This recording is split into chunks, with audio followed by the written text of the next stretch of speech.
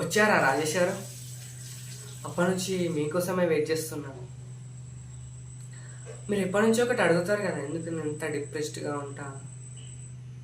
నేను కూడా ఎప్పటి నుంచో మీకు ఒకటి చెప్పాలనుకుంటున్నా, నేను ఎందుకు ఇంత డిప్రెస్డ్గా ఉంటా అని. చెప్పుకోలేనంత బాధ సార్, అలాని చెప్పుకోలేనంత సంతోషం. మీరు ఆ రెండిళ్ళని చూసారా? అందులోనే సార్ మా అమ్మ, మా చెల్లి,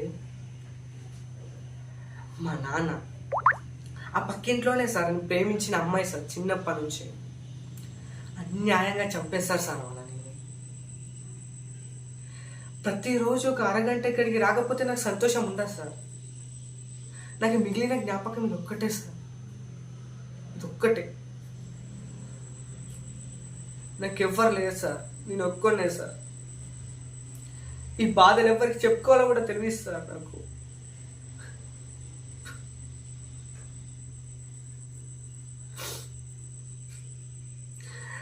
ఇప్పటికీ సార్ వాళ్ళు నా కంటికి ఇప్పటికీ కనిపిస్తారు సార్. అవ్వ, మా అమ్మ, మా నాన్న, మా చెల్లి, నేను ప్రేమించిన అమ్మాయి. చిన్నప్పుడు మేమిద్దరం రాయిపైన చెక్కిన పేర్లు సార్, సిరి, ప్రకాష్ అని, అవి ఇప్పటికీ ఉన్నాయి సార్. ఇవే సార్ నా జ్ఞాపకాలు.